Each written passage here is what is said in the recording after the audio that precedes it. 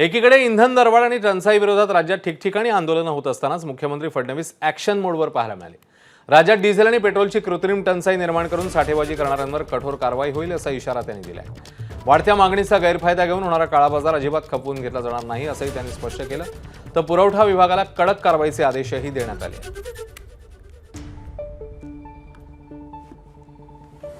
Normal ही जी वाढलेली त्या ठिकाणी खपत आहे ती कमर्शियलकडे वळवली जाते आहे का याची पडताळणी करणं गरजेचं आहे। त्या दृष्टीनं आज आम्ही आदेश दिलेले आहेत, कारण आपण समजू शकता 52% वाढ आणि त्याची आपूर्ती आपण करतो, याचा अर्थ कुठेतरी याच्यामध्ये कोणीतरी साठेबाजी करताय आणि म्हणून ती साठेबाजी थांबवण्याचा प्रयत्न आमचा चाललेला आहे। डिझेलच्या वाढत्या दरांमुळे एसटी महामंडळावर वार्षिक सुमारे 124 कोटी रुपयांचा अतिरिक्त भार पडतोय। परिवहन मंत्री प्रताप सरनाईक यांनी एसटीच्या खर्चात बचत करण्याचे निर्देश दिलेत। तर इंधन दर असेच वाढल्यास भविष्यात एसटी तिकीट दरवाढ होण्याची शक्यताही त्यांनी बोलून दाखवली। तर सरनाईकांनी वाढत्या इंधन दरवाढीमुळे एसटी महामंडळाला होणारा तोटा टाळण्याकरता राज्य सरकारकडे विशेष आर्थिक मदतीचीही मागणी केली। डिझेलच्या वाढलेल्या किमतीमुळे एसटी महामंडळाला जर आजची किंमत पकडली तर 310 कोटी रुपयाचं नुकसान हे वर्षाला होणार आहे आणि ते नुकसान एसटी महामंडळ सहन करू शकणार नाही। आजही जे डिझेलचे भाव आहेत ते काही स्थिर नाही आहेत, उद्या त्यामध्ये सुद्धा काही कमी जास्त प्रमाणात वाढ किंवा कमी होऊ शकेल।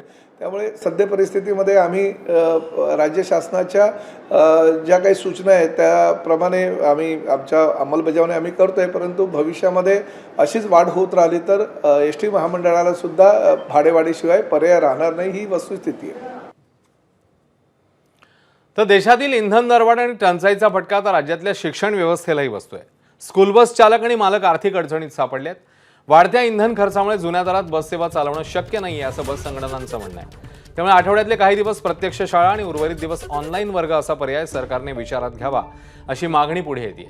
स्कूल बस संघटनांनी राज्य सरकारकडे तातडीने भूमिका स्पष्ट करण्याची विनंती केली।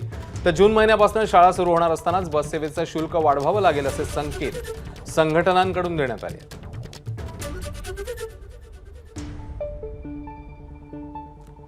गव्हर्नमेंटने फिक्स पण ठरवलं नाही। आज 2 रुपये, उद्या 4 रुपये, परवा दिवशी 10 रुपये। एकदा ठरवलं तर आम्हाला पण एकदम बरोबर व्यवस्थित ठरू शकतो।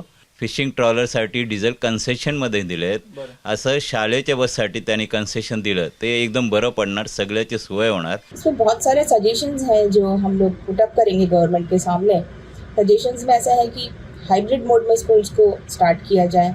अभी वैसे भी छुट्टियां चल रही हैं, बट लेटर ऑन जो है स्टार्टिंग में धीरे धीरे हम 2 डेज़ ऑनलाइन कर सकते हैं, 2 डेज़ ऑफलाइन किया जा सकता है स्कूल। या फिर जो बच्चे कम्यूट करते हैं साइकिल से, हम उनको प्रमोट कर सकते हैं बच्चों को कि आप साइकिल से कम्यूट करें। एबीपी माझा, उघडा डोळे बघा नीट।